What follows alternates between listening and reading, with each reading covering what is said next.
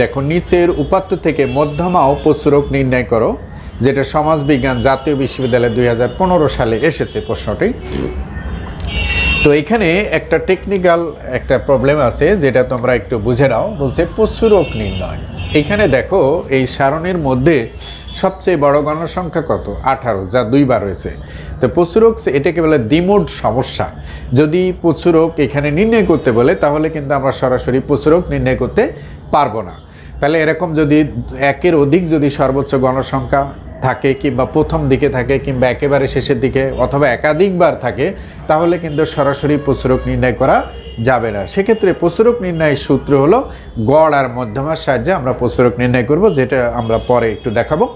কিন্তু তার আগে বুঝে নাও। তাহলে আমরা এখানে লিখলাম, দেখো প্রদত্ত উপাত্তের সবচেয়ে বড় গণসংখ্যা কত বলো? 18, যা 2 বার রয়েছে। সুতরাং গড় ও মধ্যমা নির্ণয় করে প্রচুরক নির্ণয় করতে হবে, অর্থাৎ গড় ও মধ্যমা নির্ণয় করে আমরা প্রচুরক নির্ণয় করব।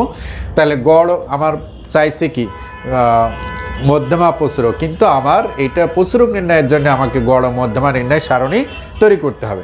তো যাই হোক, এখন গড় ও মধ্যমা নির্ণয়ের জন্য সারণী তৈরি করা হলো। দেওয়া আছে প্রাপ্ত নম্বর। দেখো আমি লিখলাম 35 থেকে 40, 40 থেকে 45, 45 থেকে 50, এরকম আপ টু 55 থেকে 60।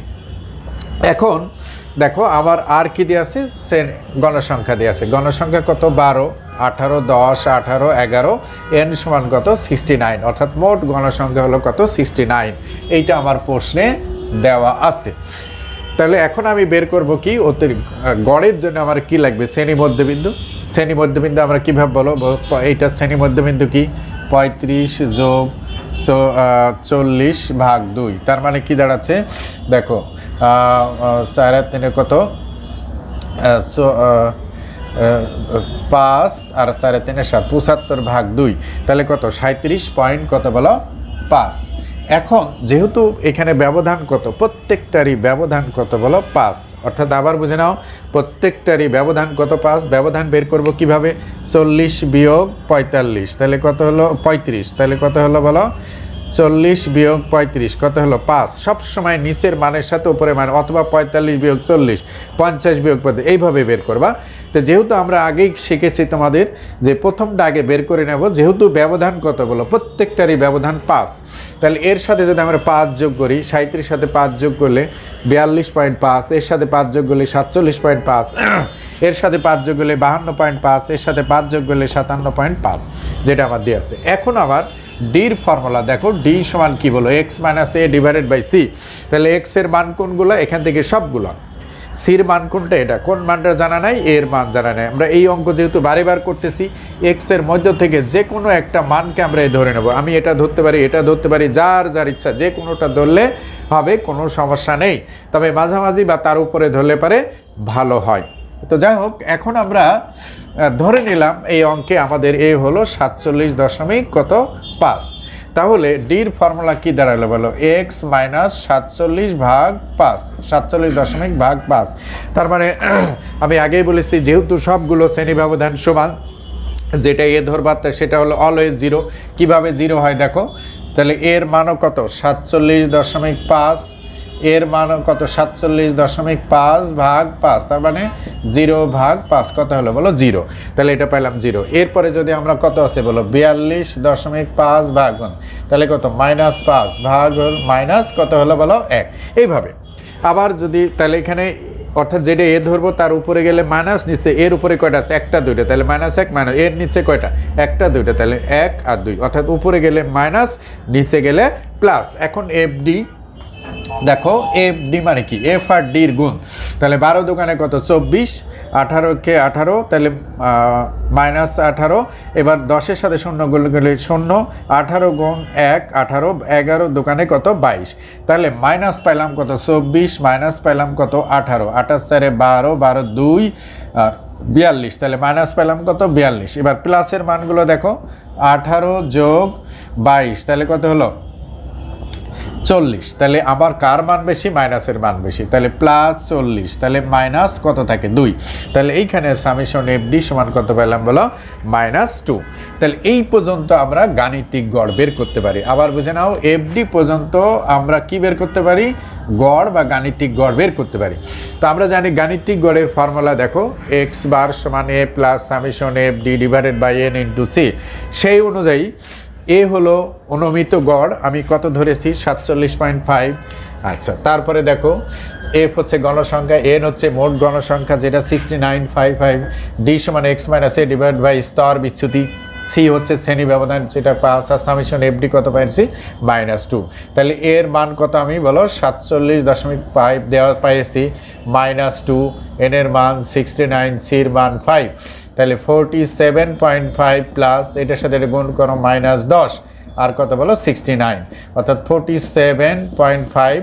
এখন যদি দেখো এই মাইনাসে প্লাসে কি হয়ে যায়? মাইনাস হয়ে যায়। তাহলে 10কে যদি আমরা ভাগ দিই, 10কে তাহলে ভাগ দিই পয়েন্ট কত?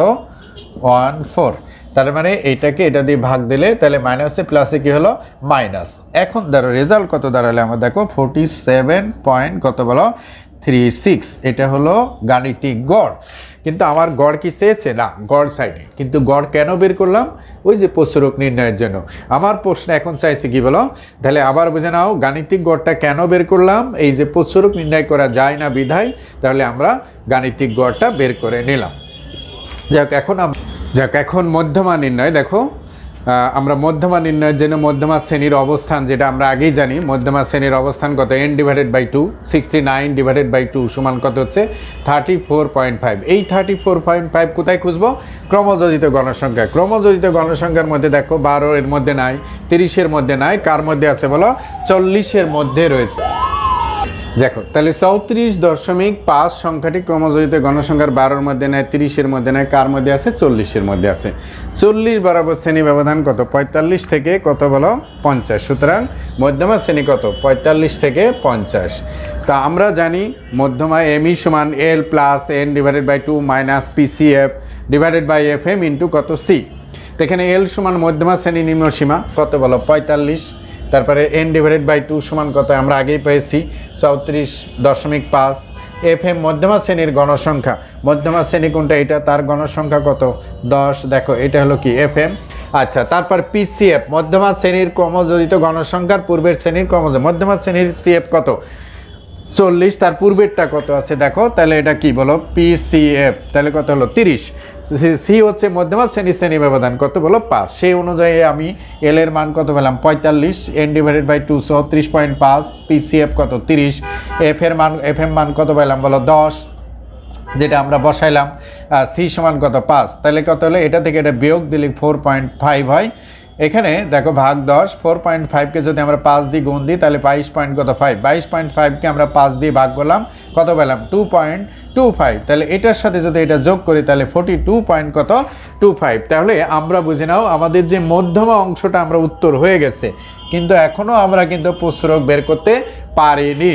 তাহলে প্রসারক বের করার জন্য দেখো এখন আমরা আগেই বলেছিলাম যে প্রসারক এই দ্বিমুট গণসংখ্যার ক্ষেত্রে বা সর্বোচ্চ গণসংখ্যা যদি একাধিকবার থাকে তাহলে প্রসারক আমরা প্রচলিত পদ্ধতিতে নির্ণয় করতে পারবো না। সেক্ষেত্রে দেখো আমরা জানি দ্বিমুট গণসংখ্যা বা দ্বিপ্রসারকের ক্ষেত্রে প্রসারক নির্ণয়ের সূত্র হবে প্রসারক এমও সমান 3 গুণন মধ্যমা মাইনাস 2 গুণন গাণিতিক গড়, অর্থাৎ 3mi মাইনাস 2x বার। এখন আমার এমির মান জানা আছে যেটা আমরা কত? 47.25 minus 2 into x bar, x বারের মান কত? 47.36। তাহলে এটা সেটাতে গুণ দিলে কত? 141.75 মাইনাস 94.70, এই দুটা গুণ করলে তাহলে এটা থেকে এটা বিয়োগ করলে পারে 47.03।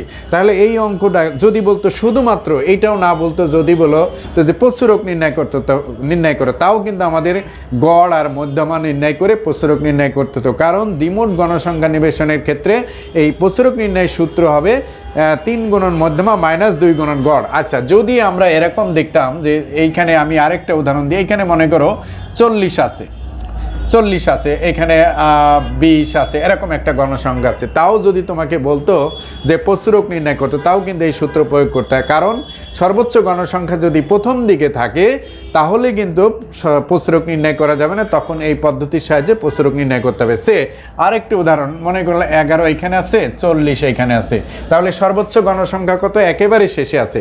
তাহলে প্রসরক কিন্তু এইভাবে আমরা এই মধ্যম এবং প্রসরকের মাধ্যমে নির্ণয় করতে হবে। তাহলে তোমরা তিনটা জিনিস মনে রাখবা, যে সর্বোচ্চ গণসংখ্যা যদি একেবারে শুরুতে থাকে বা একেবারে শেষে থাকে অথবা একাধিকবার থাকে, তখন প্রসরক নির্ণয় সূত্র হবে প্রসরক এমও সমান কত? 3 গুণন মধ্যমা মাইনাস 2 গুণন গাণিতিক গড়।